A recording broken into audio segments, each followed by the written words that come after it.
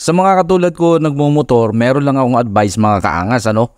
Kung nasa kalye o karsada tayo, ang advice ko ay umiiwas tayo sa gilid ng karsada dahil nariyan ang maraming lubak o mga sirang bahagi ng karsada. Sa halip na manabi tayo o pumina sa hilera ng guhit, mas mabuti na lumiban na tayo sa shoulder o sa road widening mismo. Ugali ko rin yan ang manabi para mapagbigyan o hindi makabala sa mga malalaking sasakyan.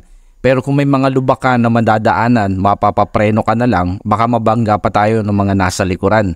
Napansin ko lang ito nitong mga nagdaang linggo kasi nakakapagmotor tayo mula Batangas City. Nakakapagmotor din tayo papunta ng bayan ng Rosario. Nagkataon lang na dito tayo sa Ibaan nakakuha ng mga video clips o video files patungkol dito. Ito kasi yung nakabiktima sa akin sa bungad na ito ng Pangaw mula sa bayan ng Ibaan. Hindi ko talaga napansin. May bumusina sa akin na sasakyan na mag-overtake. So tumabi ako, pero dito ako napasaksak, di lagabang na ang aking unahan. Medyo malalim na ito. Kung gabi at hindi kabisado ang daan, baka makadisgrasya na ito ng mga nakamotor. Kaya ingat mga kaangas sa pagmumotor ha. Huwag o mag-ingat kung mananabi dahil takaw semplang yan. Kung mayroong available na road widening, lumiban na lang tayo dito. Kung wala naman, maging mapagmasid at talasan ng mga mata para makaiwas sa mga lubak sa gilid ng karsada. Para makaiwas tayo sa semplang, mahirap na.